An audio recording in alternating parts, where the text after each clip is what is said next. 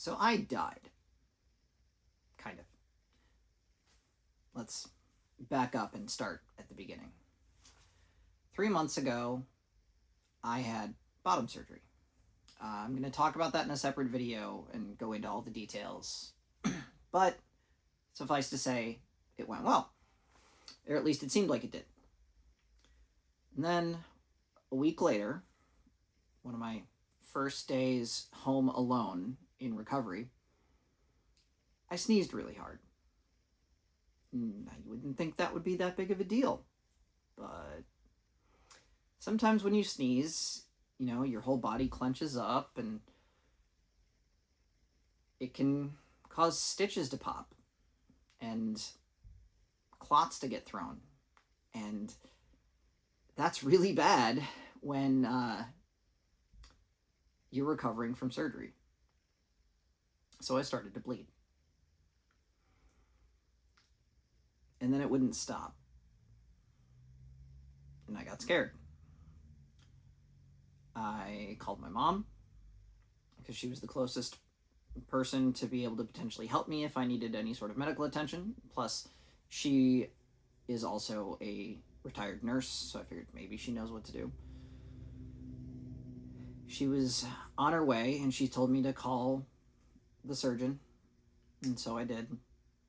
And the surgeon's team wanted me to come back to the hospital.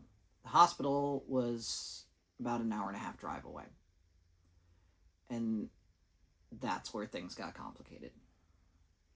So the funny thing is, I live less than 10 minutes from 2 hospitals, as well as like 2 or 3 ER centers, like that step above urgent care. Problem was, my surgeons were worried that going to another medical provider that didn't understand this surgery and everything that I had been going through, that there'd be problems and potentially make things worse. Maybe impact my recovery, mess something up with how everything looked down there.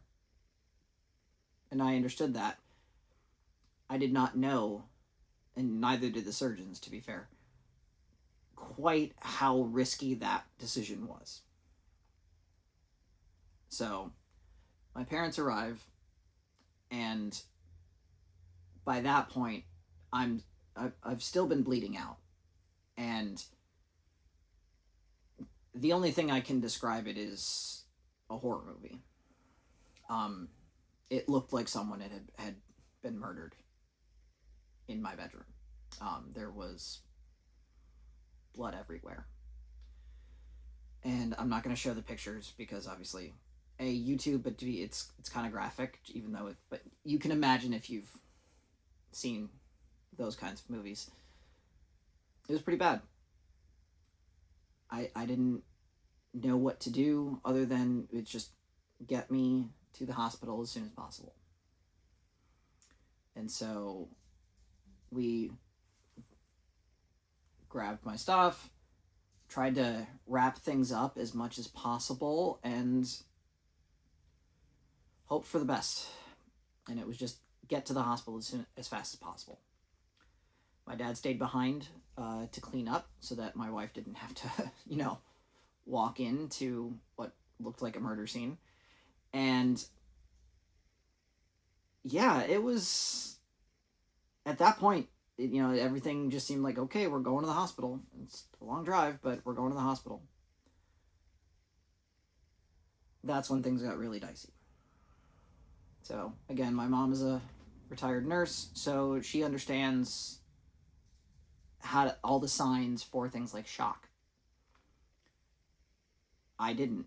And what I didn't know was that about halfway through the drive, I started to go into hemostatic or hemorrhagic shock because I was bleeding out.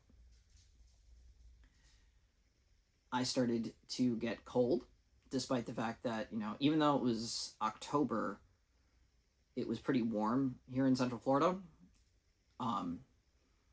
And I was asking my mom to turn the air down because I was so cold. And she's kind of looked at me like, what?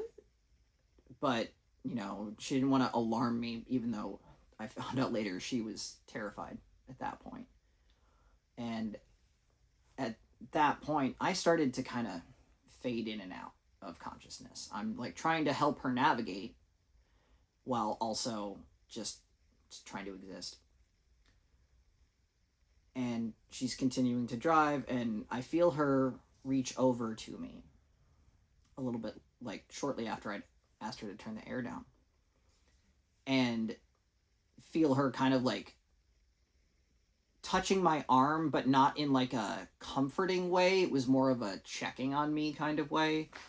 And I could hear her breathing change.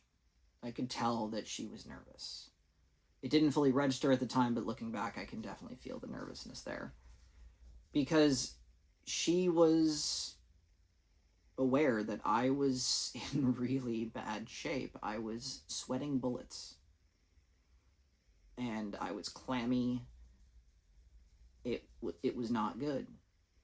And as we got closer to the hospital, my vision started to change. And this is how I know that while I did not flatline, I died. Because I started to see the light. You hear about like, oh, like you see this light at the end of the tunnel, and if you go towards it. I was watching my life flash before my eyes. I couldn't stop thinking of, how do I get in touch with my wife? How do I get in touch with my daughter who's at school to say goodbye? And as this is running through my head, my vision starts to get blurry. But not in, when I say blurry, it's not like what you would think where, like, oh, like things are hazy. It was more of a filled with sparkle. Like I was seeing something otherworldly.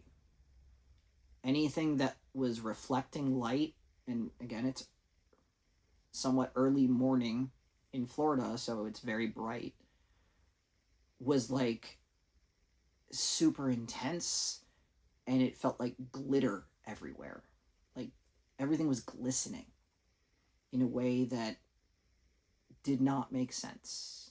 And it was one of the things that kind of woke me up to like, what is going on? And I was nervous, and I started to get really scared. And then all of a sudden I felt this like rush, and I snapped back into reality. It was like I was being shoved back into my body because it had started to feel a little floaty. And that was terrifying. 3 months later now, I'm still not okay. But that wasn't the end of it. So shortly thereafter, we got to the hospital, and I had amazingly had to walk myself in, or at least walk over to I think they eventually gave me a wheelchair.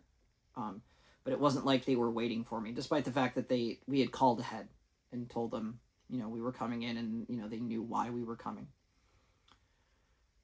And so there was a bit of confusion as far as like they wanted to quickly get me into triage, like, oh, well, let's, check your vitals. And all of a sudden, one of the other doctors like stopped the triage nurse and was like, no, we're ready for her. Go. And they took me into a room, and I was put on a bed and just swarmed by doctors and nurses as I've always wondered what it was like for actors in hospital shows where like, what's it feel like to basically be like staring up as all these people are like just milling about, like working on you and such. And now I know it's terrifying. I tried to do my usual deal with traumatic situations with humor, and I was trying to crack jokes because I had kind of sort of regained consciousness, and nobody was laughing, and that's how I really knew how serious it was. And thankfully, I had had the wherewithal earlier to tell my mom, please take pictures and document this process just in case you'll need them later. And so I do know now just how serious it was because of, with one of the pictures she took, which I can, it's actually in the thumbnail, but you can see the look on the nurses' faces that they don't think I'm going to make it because I'm bleeding so much and they can't quite see where it's coming from. Thankfully, a member of the surgical team had a bit of, seemingly a bit of military experience and knew of a quick clotting agent they use in the military that it was like some sort of salt thing that they put on down there, and that stopped the bleeding. Because once the bleeding stopped, I was going to be fine. It was just they had to stop the bleed, and thankfully it was external. It was not internal, because if it was an internal, I was in real big trouble. So once I was stabilized, I just wanted to go home. I had already spent almost a week in the hospital. Again, I'll get into it in a different video, but I did not have a good time at the hospital. There were a lot of unnecessary complications that I'll discuss later. And so the idea of having to spend more time at that hospital was terrifying. And I was starting to have like panic attacks over it. And it wasn't until the head of the ER, who was one of the people working on me, came in and with the most serious look on his face that I've ever seen a doctor have, said, there is no way you're going home tonight. We need to keep you because if you had hit any traffic at all, we wouldn't be having this conversation. You'd be gone. That's how close you were to completely and totally bleeding out. And so I ended up spending the night. Actually had a very good experience. It was a completely different situation comparatively to my last one.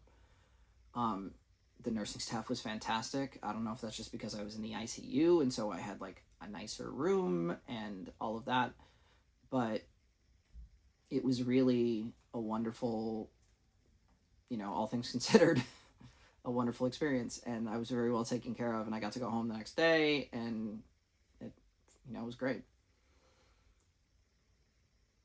But it taught me a lot about who I am, what means the most to me, and what I want to do with the rest of my life. And I'm still working on that, and I'm going to be talking about that a lot here on the channel now. But I wanted to tell this story and kind of get it out of the way because it's really important. It's kind of a new origin story for Lexi. And really hammer home the idea that I am a completely different person now. I, for years, struggled with depression and anxiety, and I still do to a certain extent, especially anxiety. But from a depression standpoint, those times when I would get really down and think of ending things, those days are gone. But not quite for the reason you'd think. It's because I know what's waiting for me. And really for all of us, just based on my experience, there's nothing on the other end. It felt very hollow, and I'm not exactly rushing into that anymore. So when I say have courage and be kind, especially to yourself, I really do mean it, because I've seen it, and it's not hopeful. It's not scary. It just is. And I don't want anyone else to go through that until it's their time. So thank you for indulging me with this. Future videos will try to be much more positive and uplifting, but just know that I'm here. I'm very grateful to be here still. And I'm still figuring things out, but one of the reasons I'm coming back is because I went through that, and I felt I needed to share this story and to help as many people as I can. So, again, as always, have courage, my friends, and be kind, especially to yourself.